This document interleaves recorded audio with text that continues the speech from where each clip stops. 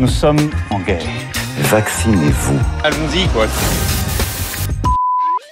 Dimanche 30 mars, France 5 a diffusé une enquête sur les origines du Covid, revenant sur les principales hypothèses connues.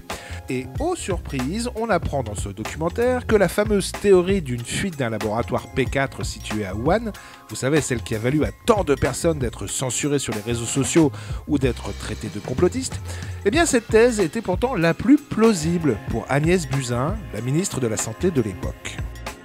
Un laboratoire P4 en Chine, ça n'est pas anodin, donc voilà, je suis vraiment inquiète et je veux le signifier au Premier ministre et au Président de la République.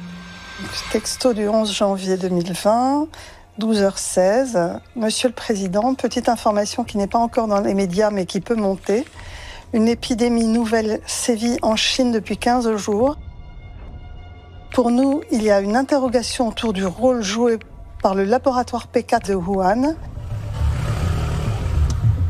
Son texto au Premier ministre est encore plus alarmiste. On suspecte le laboratoire P4 de Wuhan de manipuler les virus. Voilà, il y a une épidémie qui démarre dans une ville où il y a un laboratoire de haute sécurité. Mon angoisse, c'est qu'il y ait eu des manipulations de virus dedans. Et je me dis, qu'est-ce qu'ils ont fait dans ce laboratoire, en fait? C'est ça mon angoisse.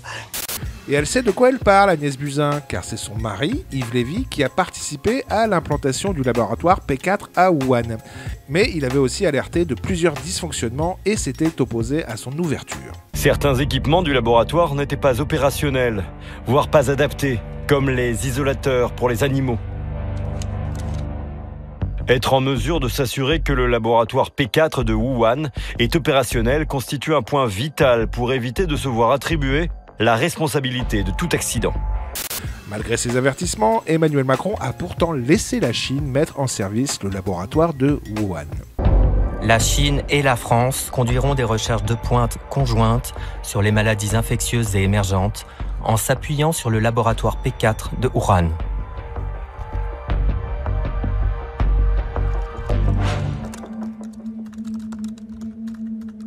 Que s'est-il passé depuis ?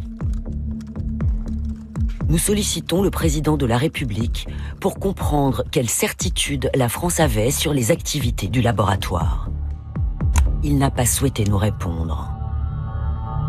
Ça m'en touche une sans bouger l'autre. Alors, si l'enquête de France 5 ne parvient pas à déterminer avec certitude l'origine du Covid, en revanche, il prouve bien que le rôle du gouvernement français de l'époque n'est vraiment pas très clair. C'est pas très net tout ça. Toujours à propos du coco, je vous laisse apprécier cette séquence dans laquelle Aurore Berger s'en est récemment pris plein la poire avec ses arguments moisis.